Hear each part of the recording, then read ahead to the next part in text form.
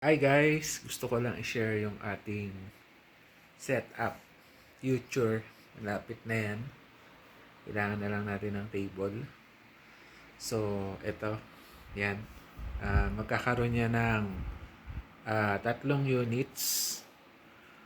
Tatlong computer. Lahat powered ng 5700X.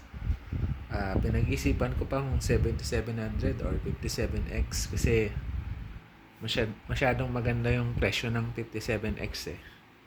Lalo na yung tray type, nasa 7,000.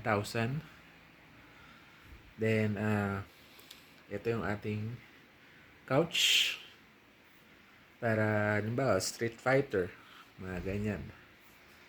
Then, dito yung ating dalawang unit pa. So, itong electric fan, tanggalin natin. Meron naman tayong aircon dyan sa taas. And, ang lalaroin namin is either Valorant or any other games na multiplayer.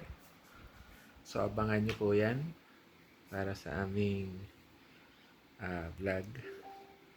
And para meron na rin kaming family bonding.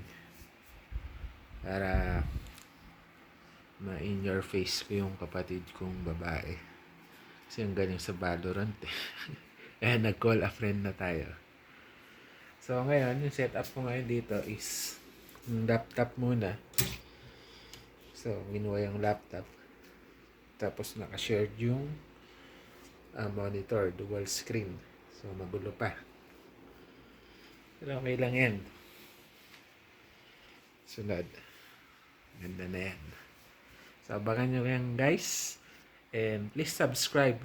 Thank you for watching.